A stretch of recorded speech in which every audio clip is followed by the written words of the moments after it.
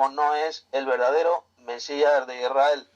El debate va a ser cronometrado, vamos a tener 4 turnos cada uno de 10 minutos. Entonces, en un momentito voy a poner el cronómetro, voy a dejar paso a Camilo para que exponga sus argumentos. Repito, esto es fundamental. El debate va a tratar solo sobre el mesiazgo de Jesús. No se va a permitir salirse del tema. En el momento que Camilo se salga del tema, yo daré por finalizado el debate. Va a tratar, repito, sobre Jesús, si es o no es el verdadero Mesías de Israel, el Hijo de Dios. Bien, pues ya voy a dejar paso a Camilo para que exponga sus argumentos y ponga en marcha el cronómetro.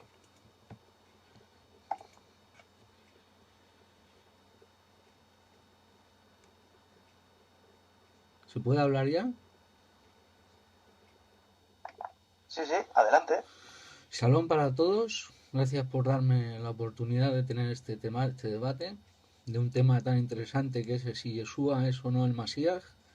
Para mí no lo es, y espero poder dar mis argumentos y contrastarlos con los de Tito Martínez, y deseando que todos los que oigan el debate o puedan deducir la verdad y puedan tener un poco de luz sobre este tema.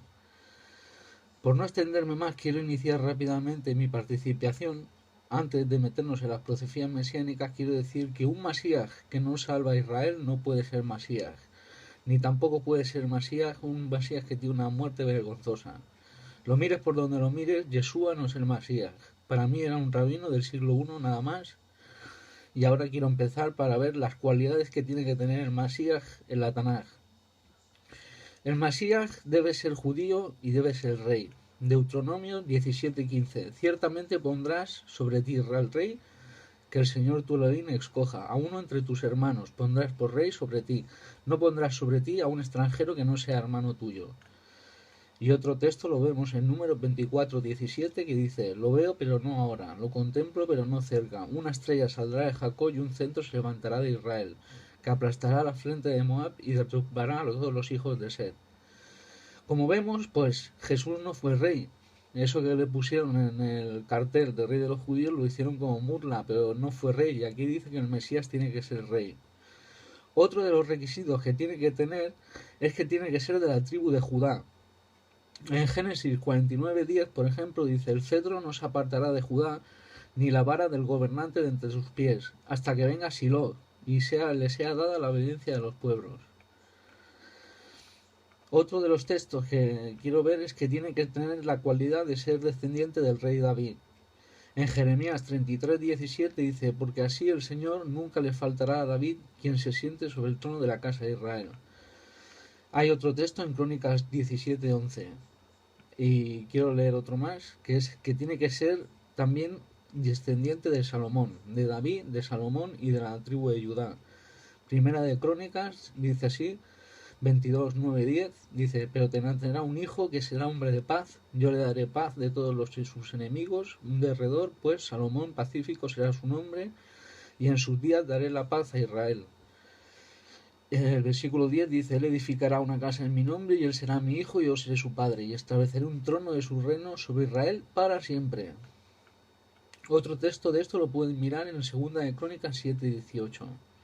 Ahora sigamos adelante, viendo más requisitos que debe cumplir el Mesías, y es que debe de reunir a los esparcidos en Israel. El Mesías tiene que reunir a los esparcidos en Israel. Isaías 11:12 dice: alzará un estandarte ante las naciones, reunirá a los desterrados de Israel y juntará a los dispersos de Judá de los 4 confines de la tierra. Y otro texto en Isaías 27:12-13 dice: en aquel día el Señor trillará desde el corriente del Éufrates hasta el torrente de Egipto, y ustedes serán recogidos uno a uno, oh israelitas. También en aquel día se tocará un gran trompeta, y los que parecían en la tierra de Asiria y los desterrados en la tierra de Egipto vendrán y adorarán al Señor en el monte santo de Jerusalén. Sigamos. Otra de las cualidades que tiene que tener el Mesías cuando venga es que tiene que reconstruir el templo sagrado. En el tiempo de Jesús el templo estaba en pie, por lo tanto no lo podía reconstruir. Esta profecía no la podía cumplir él, y por lo tanto él no puede ser Mesías. Dice en Miqueas 4:1: En los últimos tiempos quedará afirmado el monte donde se asienta el templo del Señor. Será el monte más alto que cualquier otro monte. Todas las naciones vendrán a él. Otra de las cualidades que ha de tener el Masías es que traerá paz mundial, que tampoco cumplió Yeshua. Yeshua dijo, no he venido a traer paz, sino espada, dice el texto. Además también trajo las guerras en el nombre de Jesús, de las cruzadas primero y luego de los islámicos también. Y bueno, y luego para acabar la iglesia romana con la Inquisición, que mataba en su nombre. O sea que no se ha podido cumplir esta profecía en Yeshua. Como dice el texto,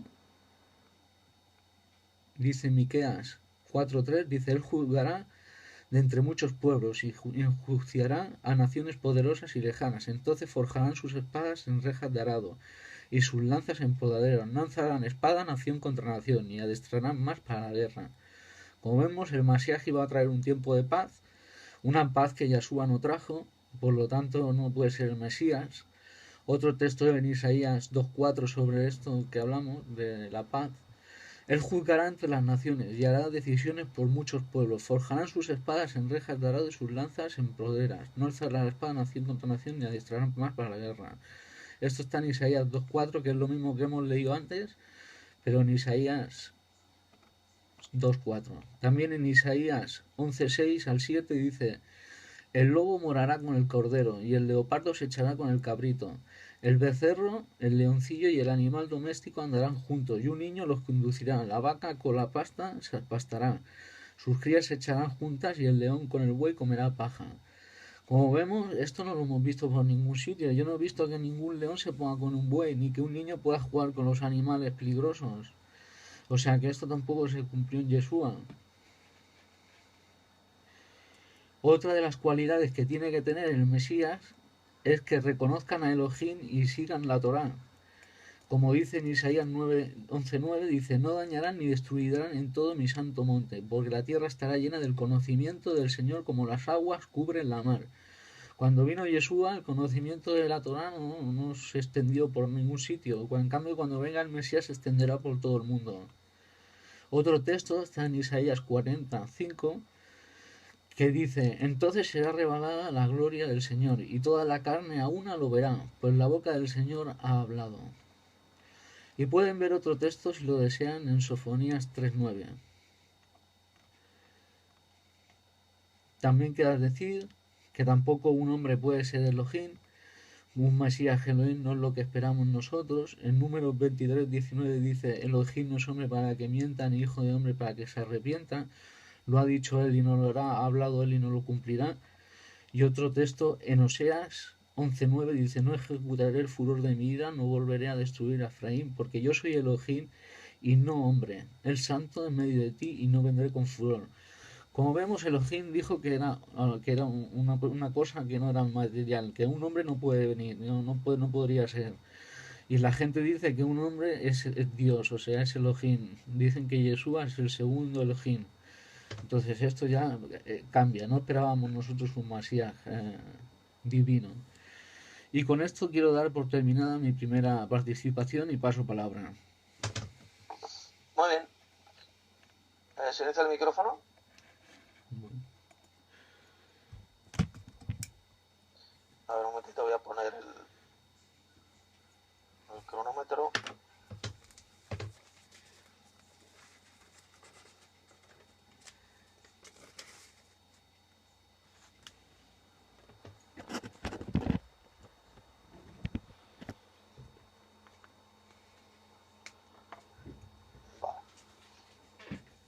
Bien, ¿se oye bien? Sí. ¿Aló? Sí, se oye bien, hermano. Vale, micrófono silenciado, ¿eh? Camilo, no actives el micrófono. Bien, primero, has dicho que Jesús no puede ser el Mesías porque según vosotros, los judíos anticristos, el Mesías no tendría que morir, no puede morir. Eso es absolutamente falso y estás demostrando un rechazo total de la Torá, mejor dicho, del Tanakh, de las escrituras, de las profecías bíblicas, especialmente de una muy especial que tú la sabes muy bien, la conoces, que es Isaías 53, donde claramente se habla del Mesías como siervo sufriente, porque el Tanakh, el Antiguo Testamento, habla de la venida del Mesías, que primero tendría que venir como sufriente, como siervo sufriente, y luego en una segunda venida vendría ya como rey triunfante para gobernar sobre las naciones de la tierra. Es decir, en el Tanakh claramente se expone la venida del Mesías en dos fases. Primero como Mesías sufriente, que vendría para dar su vida, sería muerto por los pecados de la nación de Israel, como se describe perfectamente en la gran profecía de Isaías 53, que vosotros, la sinagoga de Satanás, los judíos anticristianos, aplicáis falsamente a la nación de Israel.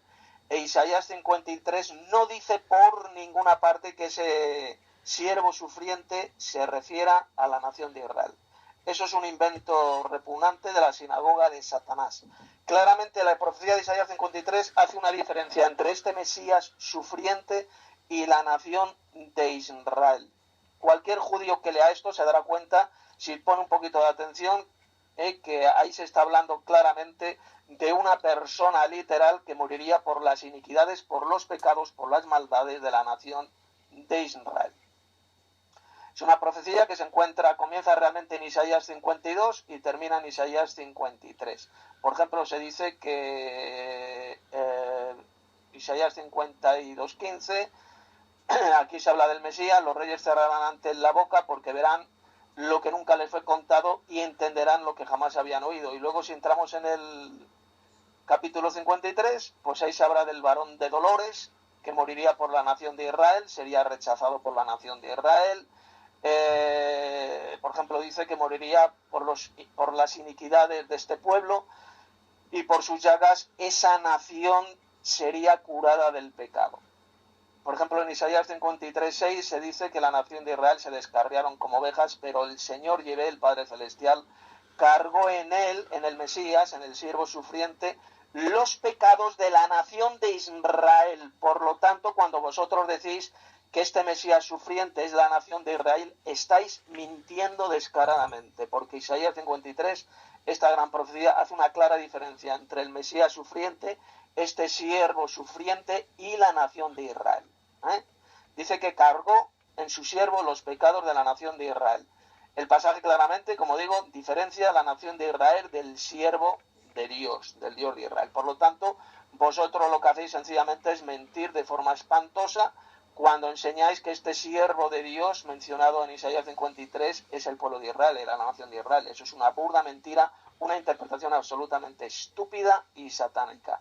¿Cómo la nación de Israel llevaría los pecados de la nación de Israel? A ver, Camilo.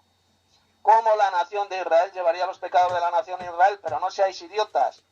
Los rabinos judíos que enseñan esa interpretación están mal de la cabeza, están mintiendo descaradamente. En Isaías 53:7, por ejemplo, se dice que este siervo de Dios fue afligido y no abrió su boca, sino como cordero fue llevado al matadero. Profecía que cumplió únicamente Jesús. Él enmudeció delante de sus acusadores judíos y al final, como cordero sin pecado, fue llevado al matadero. Pues fue clavado en un madero como sacrificio perfecto. Jesús es el cordero de Dios que quita el pecado del mundo. Pero la nación de Israel no es el cordero de Dios que quita el pecado del mundo. Isaías 53:8 se dice bien claro que este siervo de Dios dice que por la rebelión del pueblo de Israel fue herido. Por la rebelión del pueblo de Israel. Por consiguiente, estos rabinos satánicos mienten. Es totalmente imposible que este siervo de Dios sea el pueblo de Israel, ya que el pueblo de Israel no fue herido por el pueblo de Israel. ¿Te queda claro? Sin embargo, el Señor Jesús, el Mesías Jesús, sí que fue herido por la nación de Israel. Ellos le condenaron a muerte y fue entregado a los romanos y le llevaron al matadero. Pero Dios al tercer día le resucitó, como más adelante se enseña bien claro en esta profecía de Isaías 53. Yo ya tengo un estudio muy extenso, muy importante, un librito que escribí en internet sobre este asunto que demuestra cómo la profecía de Isaías 53 se refiere al Mesías y se cumplió perfectamente en el Señor Jesús. Luego dices que el Mesías, que Jesús no puede ser el Mesías porque el Mesías, según el Tanakh, ha de ser judío y rey. Jesús era judío, era de la tribu de Judá y además era el rey de Israel. era el rey de Israel, aunque él no vino a reinar, todavía no vino a gobernar el mundo, porque tenía que cumplir la profecía de Isaías 53, cuando se habla de la muerte del Mesías. Primero tendría que venir como siervo sufriente, y en su segunda, como dijo Jesús, en su segunda venida, cuando él regrese, vendrá como el Mesías triunfante, reinante, tal como se predice en todas esas profecías que aparecen en el Tanakh, y que tú has mencionado unas cuantas, y que las va a cumplir Jesús cuando regrese del cielo con gran poder y gloria. Has dicho tú que el Mesías ha de venir de la tribu de Judá y descendiente del linaje de David. Jesús cumple perfectamente esta profecía. El linaje de Jesús llega hasta el rey David, hasta Abraham e incluso hasta Adán, como lo dice bien clarito la genealogía, las dos genealogías que aparecen en el Evangelio. Jesús es descendiente del rey David por parte de padre, porque Jesús tenía un padre humano y también tenía un padre divino, que es el Padre Celestial. Esto es algo que lo rechaza la cristiandad apóstata. Jesús, dicen ellos que Jesús no tenía ningún padre humano, y eso es mentira. Jesús tenía un padre humano, y de esta manera pasa a ser el verdadero Mesías, descendiente biológico del rey David, a través de su padre José, tal como se describe en el Evangelio. Por el poder de Dios, por el Espíritu de Dios, esa simiente del rey David, a través de José, fue trasplantada de forma sobrenatural al vientre de María. Bueno, después has dicho que Jesús no puede ser el Mesías porque las profecías mesiánicas dicen que ha de reunir a los esparcidos de Israel. Claro, esto lo va a hacer Jesús cuando regrese del cielo con gran poder y gloria, cuando regrese como Mesías triunfante, reinantes, cuando la nación de Israel será reunida, serán restaurados en su tierra prometida, la nación de Israel. Dices tú que Jesús no puede ser el Mesías porque él no trajo la paz mundial. La Biblia dice que el Mesías ha de traer la paz mundial. Claro que sí. Jesús va a traer la paz mundial cuando venga del cielo, regrese con gran poder y gloria, como se predice en las Escrituras. Cuando Jesús vino por primera vez, lo que trajo es la paz con Dios, para reconciliarnos con Dios el Padre, muriendo por las iniquidades, pecados de la nación de Israel, y por medio de su sacrificio nos reconcilia con Dios el Padre, con el Dios supremo. Hace la paz entre el ser humano y Dios. Pero la paz mundial, la paz entre las naciones, la va a traer Jesús en su segunda venida, no en su primera venida. No, ahí no trajo la paz mundial, efectivamente. Esa la va a traer cuando regrese del cielo con gran poder y gloria. El conocimiento de la Torá, de la verdadera y santa ley de Dios, también lo va a traer Jesús cuando regrese en su segunda venida. Bueno, luego dices que un hombre no puede ser Elohim, no puede ser Dios, que eso es lo que significa la palabra Elohim, significa poderoso, significa Dios. Eso que dices es mentira, Camilo, porque al propio Moisés, en el Tanakh, en el Antiguo Testamento, el propio Dios dice que él sería Dios, que sería Elohim para Faraón, sería un Dios, sería un ser poderoso. A los propios jueces de Israel, en el Salmo 53, se le llama también dioses, se le llama Elohim. Todos vosotros sois dioses, es decir, Elohim, e hijos del Altísimo. Por lo tanto, cuando tú dices que a un ser humano no se le puede dar el título de Dios o título de Elohim, que es lo mismo, estás mintiendo descaradamente. Estás demostrando una ignorancia supina de las propias escrituras hebreas, del Tanakh, ya que, por ejemplo, a personajes, como he dicho, a Moisés, a los jueces de Israel, se les llama Elohim, es decir, se les llama dioses. Moisés era un ser poderoso, era un dios, era un Elohim, que eso es lo que significa la palabra Elohim, significa Dios o poderoso, y a los jueces de Israel también se les llama poderosos. Por consiguiente, Jesús es el Hijo de Dios. El propio Jesús citó el Salmo 53, todos vosotros sois dioses e hijos del Altísimo, y Jesús era el Hijo de Dios, por lo tanto no había el por qué escandalizarse los judíos cuando Jesús dijo que él era el Hijo de Dios, porque a los jueces de Israel también se le llamaba dioses en el Tanakh. Jesús es el Hijo de Dios, él murió como cumpliendo la profecía de Isaías 53 y el Padre Celestial le resucitó al tercer día. Bien, pues ya paso palabra. Bueno, has dicho un montón de cosas que están mal.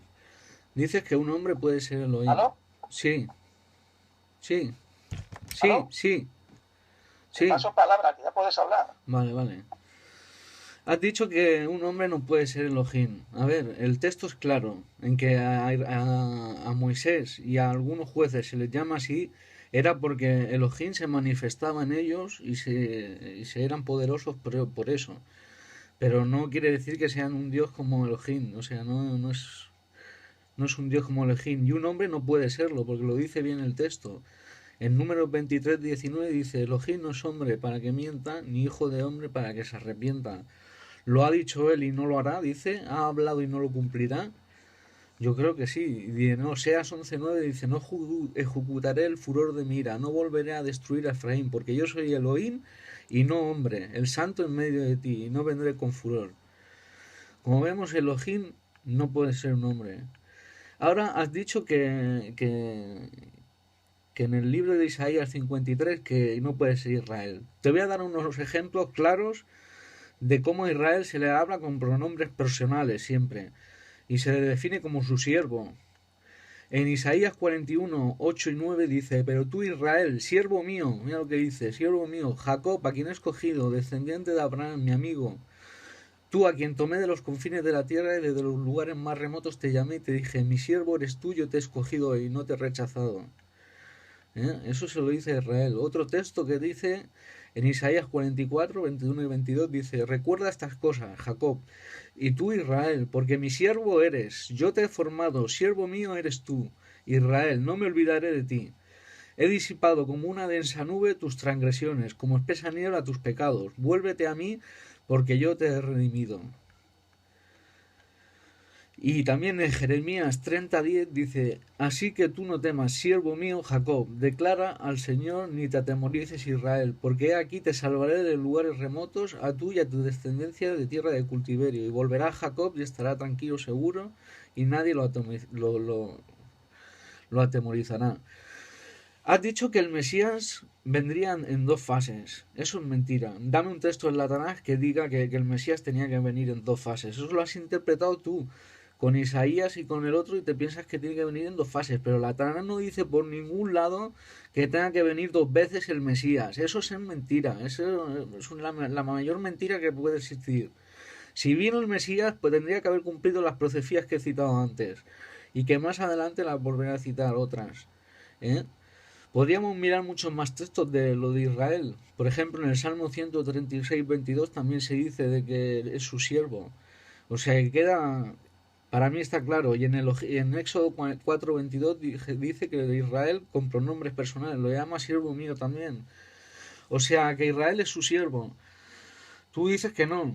Los textos dicen que sí. Ahora, has tocado el tema de las genealogías, que son dos tradiciones diferentes, y no me vale la excusa de que una es la de la madre y otra del padre, ni tampoco la por la muerte de un familiar que hayan puesto. Ahí sus nombres, ¿por qué no coinciden? Para empezar, el Nuevo Testamento enseña que Yeshua no tuvo un padre biológico, y por lo tanto no es descendiente de David. En Mateo 1, 18 al 20 vamos a leer. Dice, y el nacimiento de Yeshua fue como sigue, estando su madre María desposada con José, antes de que se consumara el matrimonio, o sea que no se había consumado, se halló que había concebido por obra del Espíritu Santo, o había concebido por obra del Espíritu Santo y no por José. Y José su marido, siendo un hombre justo y no queriendo difamarla, quiso abandonarla en secreto, pero mientras pensaba en esto, he aquí que se le esparció un sueño un ángel del Señor, diciendo, José, hijo de David, no temas recibir a María tu mujer, porque el niño que se ha engendrado en ella es del Espíritu Santo. O sea que no es de José. No sé de dónde has sacado eso.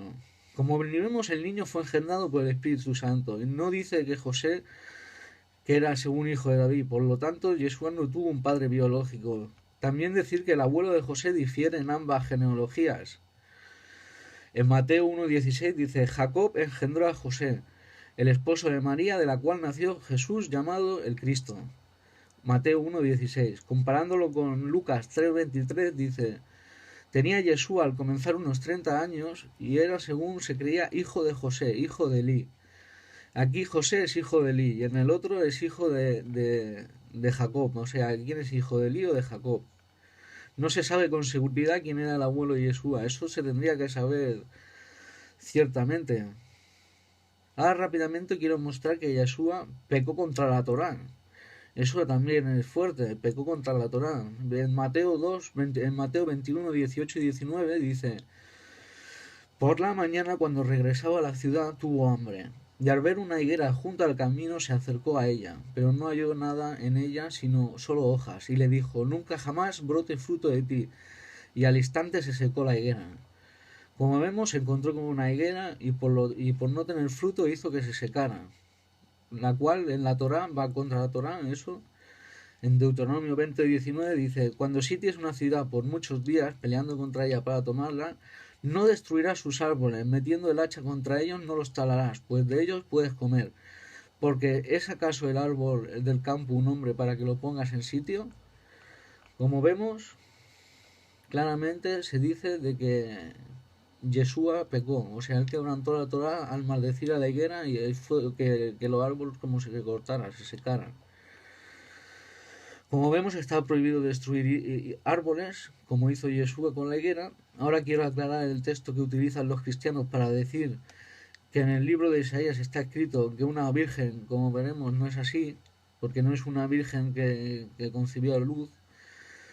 La idea cristiana de que una virgen dio a luz ha derivado de un versículo de Isaías que describe a un alma dando a luz. La palabra hebrea alma siempre ha significado una mujer joven, pero los teólogos cristianos vinieron siglos después a traducirla como virgen. Esto está de acuerdo con la idea pagana de los mortales, que habían sido absorbidos por los dioses. La palabra hebrea para virgen es betulá y aparece profusamente en el Antiguo Testamento.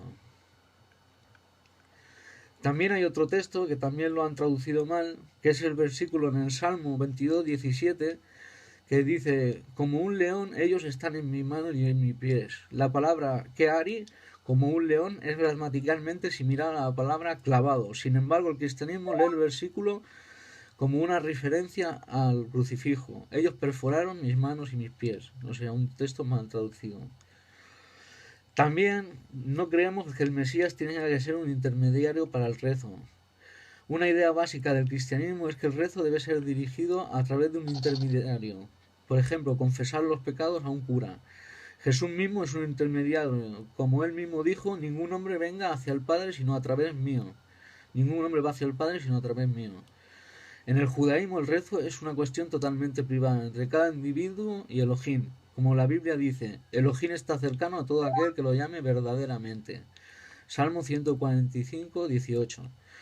Más aún, en los 10 mandamientos dice: no debes tener otros dioses ajenos delante de mí. Es decir, está prohibido poner un mediador entre Elohim y el hombre. También en Leyes de Idolatría de Maimónides lo dice capítulo 1. Y con esto doy por acabada mi segunda participación y paso palabra. Muy bien, un momentito. Silencia el micrófono. Sí.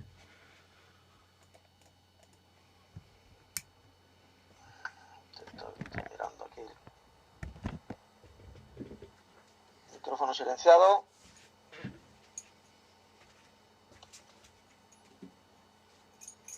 Micrófono silenciado, ¿eh? Por ahí alguien tiene el micrófono activado. Yo tengo cerrado. A ver, que este cronómetro es complicado.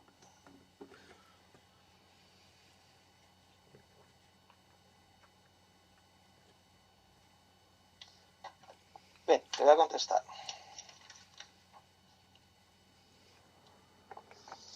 A ver, dices que Elohim, niegas tú que, por ejemplo, Moisés o los jueces de Israel fueran Elohim. Pues te digo más, estás mintiendo, te lo vuelvo a decir. Estás mintiendo porque el propio Dios dijo que Moisés era Dios para Faraón, era Elohim, que es lo que significa la palabra Dios.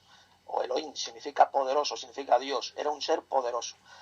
Los jueces de Israel eran seres poderosos, eran dioses, eran Elohim. Y el propio Jesús también era un ser poderoso, porque era el Hijo de Dios, tenía poder, el poder de Dios, y por lo tanto era un Elohim. Cuando tú niegas que el Mesías es un Elohim, estás mintiendo. Evidentemente eres tan ignorante que ignoras que no es igual que el Dios Padre. El Dios Padre es el Dios supremo, es un Dios único. No hay otro Dios como Él, el Padre Celestial. Nadie está diciendo que Jesús sea igual que el Padre Celestial. Evidentemente Moisés tampoco era igual que el Padre Celestial, que el Dios Supremo. Y los jueces de Israel tampoco eran como el Padre Celestial. Aquí nadie está negando que hay un Dios Supremo, el Padre Celestial. No.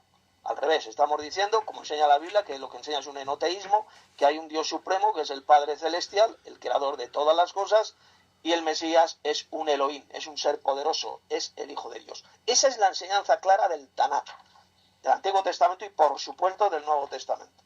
Después dices que...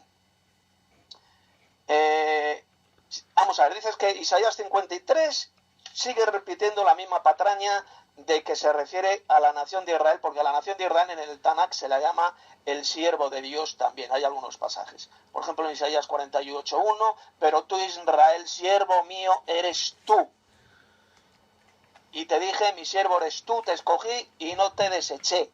Y de ahí sacáis la estúpida conclusión de que el siervo sufriente, mencionado en Isaías 53, es también la nación de Israel mencionada en Isaías 41:8.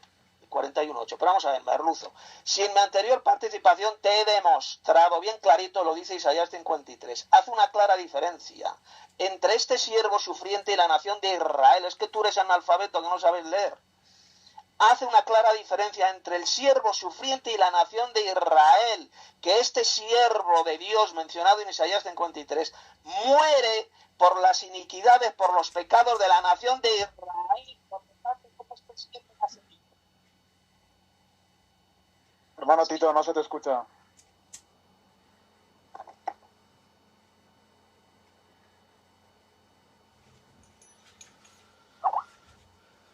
Hermano Tito, no se te escucha, ¿eh? A ver, ¿se escucha ahora? Ahora sí. Vale, un momentito, que voy a poner otro. Vale, había un problema con el micrófono. Gracias, hermano. Bien. Bien, voy a contestar a Camilo. Vamos a ver. Dices que el Mesías no puede ser Elohim, no puede ser. Ya te lo demuestro. Es un ser poderoso. Igual que Moisés era un Dios, era un Elohim. Igual que los jueces de Israel en el Tanakh se le llama Elohim. Evidentemente no son igual que el Dios Padre. Nadie está diciendo, nadie ha dicho por una parte que el Mesías Jesús sea igual que el Dios Padre. Por supuesto que no es. Yo, Hermano Tito, un momento, se te oye entrecortado, ¿eh? a ver, ¿qué tal se escucha? Ahora sí. A ver.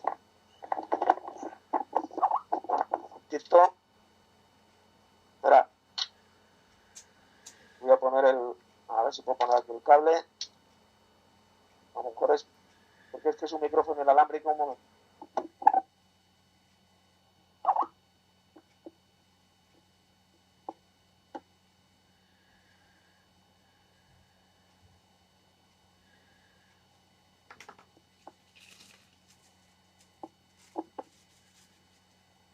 Bien. ¿Qué tal se escucha? ¿No te oye? No, está igual que antes, o sea, medias. A ver, probando. Ahora sí. Vale, gracias. A ver. Bien.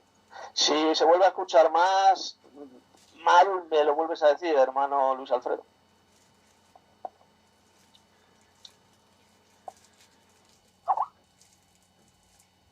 Bien.